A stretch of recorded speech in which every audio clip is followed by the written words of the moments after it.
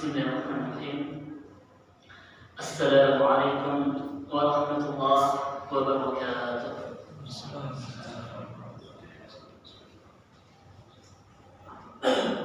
Allahu Akbar, Allahu Akbar.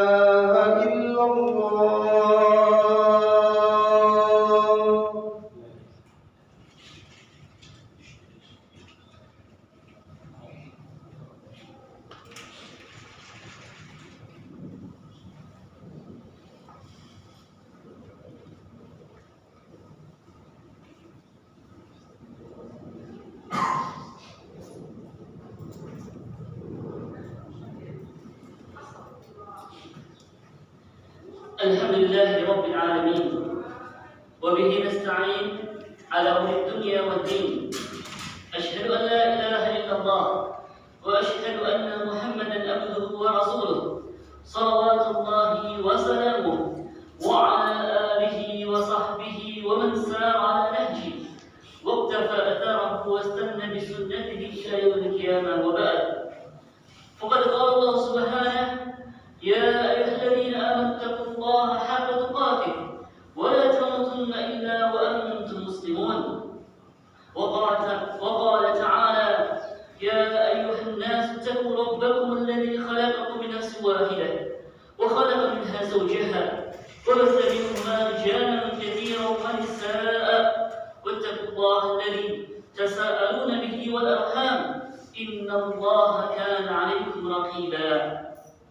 Sedang jemaah Jumat Masjid Adirah yang dimuliakan Allah Subhanahu wa taala. Kembali Allah mengumpulkan kita di hari Jumat penuh berkah ini di penanggalan 22 Jumadil Awal 1444 Hijriah bertepatan dengan 16 Desember 2022 Hijriah. Sungguh nikmat Allah berikan kepada kita sangatlah banyak yang sepantasnya kita syukuri dengan terus meningkatkan ketaatan dan ketakwaan kita kepada Allah. Sebaliknya, mereka yang kufur kepada Allah, Allah berikan kepada mereka nikmat kesehatan, nikmat kelapangan, namun mereka semakin jauh dari Allah Subhanahu wa Ta'ala. Allah telah mengingatkan tentang pentingnya hal tersebut sehingga Allah mengatakan, wa in ta'uddu ni'matallah la tuhsuha. Jika kalian hendak bernikmat kata Allah Subhanahu wa Ta'ala, la tuhsuha, kalian tak akan mampu menghitungnya. Maka sepantasnya bagi kita yang sehat, kita mengimplementasikan kesyukuran tersebut dengan banyak beribadah kepada Allah, dengan bersegera ke masjid, dengan bersegera melaksanakan perintah Allah dan sunnah-sunnah Nabi-Nya alaihi salatu wassalam. Olehnya, di hari Jumat yang penuh berkah ini, kita akan membahas tentang babun atau pintu-pintu linail barakati fi hayatina, untuk mendapatkan keberkahan dalam hidup-hidup kita. Apakah pintu tersebut? Pintu yang pertama adalah pintu ketaatan kepada Allah Subhanahu wa Ta'ala dan meninggalkan segala apa yang kemudian Allah larang dan Allah peringatkan kepada kita. Allah Subhanahu wa Ta'ala berfirman dalam surah Al-A'raf ayat 96, "Lau anna ahlal qura amanu wattaqau lafatahna 'alaihim barakatin minas sama'i wal ard walakin kadzdzabu fa'akhadnahum bima kanu yaksibun." Kata Allah, seandainya jika penduduk sebuah negeri itu beriman dan bertakwa kepada Allah, maka kami akan bukakan kepada mereka pintu-pintu keberkahan dari langit dan dari bumi. Tetapi mereka, kata Allah, kadzdzabu, mereka mendustai Allah Subhanahu wa Ta'ala, mereka mendustai Rasulnya alaihi salatu wassalam, mereka mendustai Al-Quran yang merupakan dastur ilahi, pegangan hidup dan pedoman seseorang yang mendapatkan kebahagiaan di dunia dan akhirat. Maka kata Allah Subhanahu wa Ta'ala, fa'akhadnahum, maka kami binasakan mereka atas apa yang mereka kerjakan. Jemaah sekalian, Ka'sul Alam yang kita ketahui dengan Piala Dunia adalah pelajaran yang begitu banyak yang seharusnya kita bisa kaitkan tentang pentingnya keberkahan tersebut. Sebuah negeri kotor, negeri yang tidak banyak penduduknya, negeri yang awalnya tandus, memiliki keberkahan yang sangat besar, yang pendapatan per kapita warganya setahun 2 miliar, sementara Indonesia hanya sekitar 60 juta rupiah. Begitu banyak nilai-nilai dakwah yang ia terapkan di Piala Dunia ini, yang menunjukkan keberkahan atas ketaatan mereka kepada Allah Subhanahu wa Ta'ala, atas konsistensi mereka di atas Islam sebagai pilihan hidup, yang melarang supporternya untuk mabuk-mabukan, yang melarang supporternya untuk datang dengan pakaian yang terbuka dan tegas melarang segala bentuk identitas LGBT yang tentu telah jelas haram di negeri kita ini, yang telah jelas haramnya dalam Islam. Maka ini jamaah sekalian, syakhsiyah, kepribadian sebagai seorang muslim yang diimplementasikan dengan sebuah perbuatan menjadi sebuah pintu-pintu keberkahan yang tentu kita ingin negeri kita seperti mereka, negeri yang penuh aman damai, negeri yang kemudian sulit untuk mendapatkan orang-orang miskin untuk kita berikan sedekah, negeri yang kemudian Allah bukakan pintu-pintu keberkahan, begitu minyak bumi datang dari bawah negeri mereka atas ketaatan mereka kepada Allah Subhanahu wa Ta'ala. Maka jemaah sekalian, kita berharap negeri ini pula mendapatkan keberkahannya sebagaimana Allah Subhanahu wa Ta'ala sebutkan tadi dalam surah Al-A'raf tersebut. Tetapi jika kemudian kita diam, jika kemudian kita tidak mengingkari segala bentuk kemungkaran atau bahkan kemungkaran itu datang dari diri kita sendiri, maka sungguh Allah justru menjanjikan sesuatu yang buruk pula. Sebagaimana apa yang Allah katakan dalam surah Ar-Rum ayat 41, "Dhaharal fasadu fil barri wal bahr bima kasabat aydin nas liyudhiqahum ba'da alladhi 'amilu la'allahum yarji'un." Kata Allah, telah nampak kerusakan di langit dan bumi. Apa sebabnya kata Allah? Bima kasabat aydin nas. Ketika sebagian pemuka agama datang petang-petang sebelumnya untuk menikahkan sesama jenis atau untuk menikahkan yang berbeda agama, wallahu musta'an, maka tentu ini bentuk dari menghalalkan apa yang Allah haramkan. Dan adalah kita mendapati negeri kita ditimpa dengan begitu banyak musibah, habis banjir tumpah, habis tumpah awan semeru dan lain sebagainya. Maka tentu jemaah sekalian, setiap kita mesti mengambil kepedulian, dan kepedulian itu adalah ibda binafsi. Kita mulai dari diri kita sendiri untuk memperbaiki diri kita selanjutnya, kemudian keluarga dan masyarakat kita jemaah sekalian. Kenapa? Karena hakikat keberkahan adalah hal yang paling utama yang kita harus kejar. Kenapa? Karena kita jemaah sekalian tidak sekedar hidup di dunia ini, tapi ada masa yang panjang setelah kematian, di mana ketika sampai kalian berdiri tertitiu, maka sungguh kematian itu telah disembelih dan seseorang akan hidup. Imma dia hidup dalam syurga yang kekal, atau yang kemudian akan hidup di neraka, wallahu musta'an. Itu bab yang pertama. Pintu yang keberkahan yang pertama adalah ketaatan kepada Allah Subhanahu wa Ta'ala dan meninggalkan segala kemaksiatan. Dan ketaatan yang paling utama sebagai pintu-pintu keberkahan pula yang lain adalah hafizu ala salatil khams, adalah menjaga salat 5 waktu. Karena siapa yang menjaga salatnya 5 waktu, maka akan terjaga dan datanglah kemudahan kebaikan yang lain, kemudahan untuk tunduk dalam ketaatan yang lain. Dan siapa yang lari dari salat 5 waktunya, khususnya seorang laki-laki untuk salat di masjid, maka tentu musibah akan datang pada dirinya, ujian akan datang kepadanya, bahkan juga kepada istri dan anak yang mulai ingkar kepadanya karena kemaksiatannya pula kepada Allah Subhanahu wa Ta'ala. Pintu keberkahan yang kedua jemaah sekalian, yang tidak kalah pentingnya adalah aklu malal halal, memakan harta yang halal. Kenapa jemaah sekalian? Karena sungguh perintah memakan harta yang halal adalah perintah yang pokok dalam agama ini.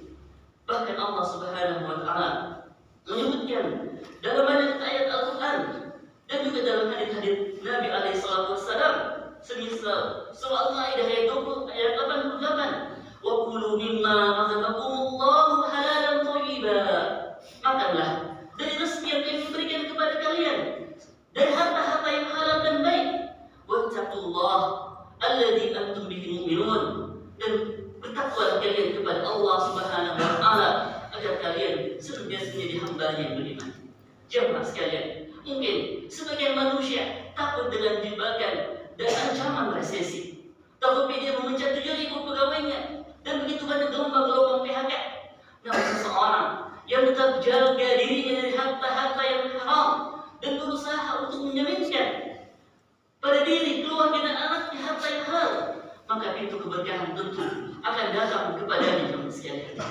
Nabi alaihi salatu wasallam mengatakan dalam hadis qudsi, inna Allah ta'ala thayyib, sesungguhnya Allah Maha baik, la yaqbalu illa thayyib, dan Allah tak akan mungkin menerima segala sesuatu kecuali yang thayyib. Dan Allah mengatakan, ya ayuhan nas, wahai sekalian manusia, kulu min thayyibati ma razaqnakum, makanlah dari harta-harta yang halal. Maka jemaah sekalian, seorang mukmin atau muslim pun tak boleh mengatakan gesit, ya, yang halal lagi susah apalagi yang haram, ya, atau yang haram saja susah apalagi yang halal, wallahu musta'an. Karena kalimat ini adalah kalimat yang datang dari jiwa-jiwa pecundang yang kemudian senantiasa lari kepada Allah Subhanahu wa Ta'ala. Kenapa? Karena seorang mukmin yang beriman kepada Allah dan hari akhirnya telah yakin bahwa tidaklah seseorang akan diwafatkan dari dunia fana ini kecuali ia telah mengambil seluruh dari harta yang Allah berikan kepadanya. Jemaah sekalian, ini mengenai Allah Subhanahu wa Ta'ala, bukan kegayaan yang kita inginkan, kepunahan yang mengantarkan kita kepada kesombongan. Tapi Nabi alaihi salatu wasallam mengatakan, la yazal qadam ibnu Adam yaumil qiyamah hatta yus'ala al-arba. Tak akan bergerak kaki anak Adam pada hari kiamat kelak hingga ditanya tentang 4 perkara. 2 di antaranya tentang hartanya, min malin, min aina tasabahu wa ila aina anfaqah, dari mana ia dapatkan dan dari mana ia belanjakan. tentang orang-orang yang kemudian saat ini begitu mudah untuk kemudian bergabung dalam trading yang hakikatnya adalah judi. Begitu banyak orang yang mudah untuk kemudian bergabung dalam kripto dan semacamnya, yang sebenarnya dia belum mengetahui tentang hukum hal tersebut, hingga akhirnya jurang perjudian dan kehancuran pada dirinya pun menimpa, akhirnya habislah hartanya. Wallahu musta'an. Sementara syariat datang untuk menjaga diri kita, hifdzun nas wa hifdzul mal, menjaga harta kita dan hifdzun nasab, dan menjaga keturunan kita jemaah sekalian. Maka jika kita seorang kepala keluarga, jemaah sekalian, Allah mengatakan ar-rijal qawwamuna 'alan nisa bima faddala Allah ba'dahum 'ala ba'd. Sungguh laki-laki adalah pemimpin bagi keluarganya. Maka kita tidak sekedar berkewajiban untuk memberikan nafkah kepada mereka, tetapi yang utama bagi kita adalah memastikan bahwa setiap apa yang masuk ke dalam tubuh mereka adalah harta yang halal. Karena kata Nabi SAW, kullu lahmin nabata min sukhtin fannaru awla biha. Setiap daging yang tumbuh dari yang haram, maka mereka yang pantas untuk membersihkannya. Umar bin Khattab radhiyallahu ta'ala mengatakan kepada para pedagang ketika ia masuk ke dalam pasar, apa kata Umar? La yajuzu li ba'i fi suqina illa man yatafaqahu fid din. Tidak boleh ada yang berjualan dalam pasar kami kecuali dia mengetahui tentang hukum halal dan haram, tentang apa yang ia lakukan. Maka jemaah sekalian, itu bagian daripada tanggung jawab kita kepada istri dan anak kita yang kelak kita akan hisab. Dan bagi kita yang mungkin sebagian masih bujang, maka sungguh bukanlah letak keutamaan seseorang kepada harta yang dia miliki atau kepada calon yang akan dinikahi, tetapi bagaimana ketakwaan calon istrinya yang memperingatkan, sebagaimana wanita salafus saleh mengingatkan kepada para suaminya ketika mereka hendak untuk keluar rumah mencari nafkah. Mereka pun berkata, ya abati, wahai suamiku, wahai bapakku, sungguh kami mampu untuk bersabar dengan lapar, namun kami tak sanggup untuk bersabar dengan pedihnya api neraka. Barakallahu li wa lakum fil Qur'anil azim wa nafa'ani bima fihi min al-ayatil hakim. Aqulu ma tasma'un wa astaghfirullah li wa lakum wa li sa'il muslimina min kulli dhanb fastaghfiruhu innahu huwat tawwabur rahim.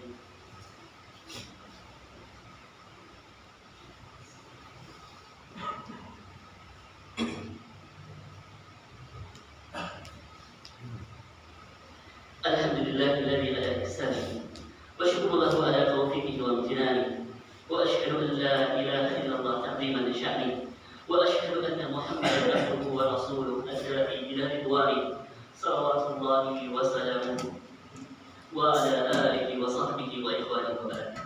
Jemaah sekalian, itulah tadi dua pintu keberkahan yang seharusnya kita senantiasa upayakan dan perhatikan dari hari-hari yang kita lalui di kehidupan ini. Pintu keberkahan dengan ketaatan kepada Allah Subhanahu wa Ta'ala dan meninggalkan segala apa yang Allah larang, mulai pada diri kita bentak kepada keluarga kita dan masyarakat di sekitar kita.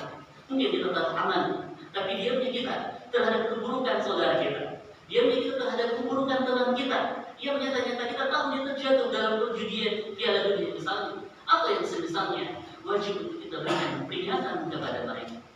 Dan pintu yang kedua adalah memakan harta yang halal. Kenapa? Karena sungguh ancaman neraka sangat pedih. Karena setiap daging yang tumbuh Allah bersihkan dengan neraka bagi daging yang tumbuh dari yang haram. Olehnya dua hal yang tidak perlu dan tidak kita bisa lupakan tentang bahaya dari memakan perkara yang haram. Pertama adalah bahwa di depan kehidupan kita ini dan berkembangnya segala jenis usaha telah nampak di depan kita perkara yang halal dan yang haram. Dan tentu kata Nabi SAW, wa bainahuma umurin mushtabihatin la ya'lamuhunna katsirun minan nas. Pada perkara yang halal dan haram ini, di tengahnya ada perkara yang syubhat yang sama-sama yang tidak banyak manusia mengetahuinya. Sehingga tidak ada jalannya untuk mengetahui perkara yang haram dan perkara yang syubhat untuk kita tinggalkan kecuali dengan belajar ilmu agama ini. Sangat mudah jemaah sekalian. YouTube telah terpampang dengan kita. Kuota kita begitu banyak. maka jangan habiskan dia dalam hal yang sia-sia. Maka ambillah ilmu dari orang yang kemudian kita senangi penjelasannya, yang meneguhkan hati kita, yang penjelasannya adalah Al-Quran dan hadits Nabi SAW. Yang kedua, dampak dari memakan harta yang haram adalah terjauhnya kita dari keberkahan hidup dan tidak dikabulkannya doa kita. Kata Nabi SAW, wa inna ahdakum, dan ada di antara kalian, wa malbasuhu haram, pakaiannya dari yang haram, makanannya dari yang haram, minumannya dari yang haram, kemudian dia mengangkat tangannya dan berdoa kepada Allah Subhanahu wa taala. Maka Nabi SAW mengatakan, fa anna yustajabu lah, maka tak akan mungkin doanya bisa terkabul. Maka jemaah sekalian, jika kita mendapati anak kita begitu susah untuk kita arahkan, istri kita begitu susah untuk kita arahkan, perhatikan harta yang kemudian kita berikan kepada mereka. Apakah dari harta yang haram ataukah harta yang halal? Maka perbaiki penghasilan dan usaha kita, dan yakinlah bahwa setiap kita berusaha untuk menempuh jalan-jalan yang Allah ridhai, maka Allah akan bukakan pintu-pintu keberkahan yang lain. Akhirnya, mari kita berdoa kepada Allah Subhanahu wa taala dan bersalawat kepada baginda Nabi SAW. Inna Allaha wa malaikatahu yusholluna 'alan nabi ya ayyuhalladzina amanu sallu 'alaihi wa sallimu taslima. Allahumma ighfir lil muslimina wal muslimat wal mu'minina wal mu'minat al ahya'i minhum wal amwat innaka antas sami'un qaribun mujibud da'wat wa ya qadiyal hajat. Rabbana la tuzigh qulubana ba'da idh hadaytana wa hab lana min ladunka rahmah innaka antal wahhab. Rabbana hab lana min azwajina wa dhurriyyatina qurrata a'yun waj'alna lil muttaqina imama. Allahumma arina al-haqqa haqqan warzuqna ittiba'ah wa arina al-batila batilan warzuqna ijtinabah. Ya Allah, diri kami sangat lemah, diri kami sangatlah lalai, maka berikanlah kepada kami hidayah-Mu, taufik-Mu untuk tunduk dan patuh kepada-Mu ya Allah.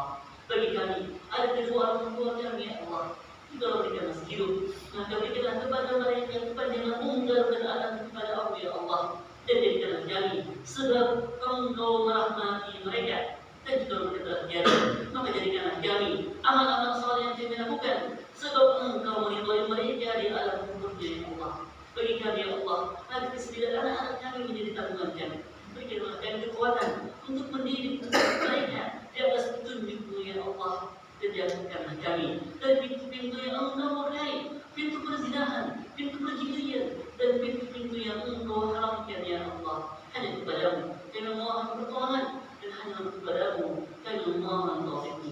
Rabbana atina fid dunya hasanah wa fil akhirati hasanah wa qina adzaban nar. Ibadallah, inna Allah ya'muru bil adli wal ihsan wa ita'i dzil qurba wa yanha 'anil fahsya'i wal munkari wal baghi ya'idukum la'allakum tadhakkarun.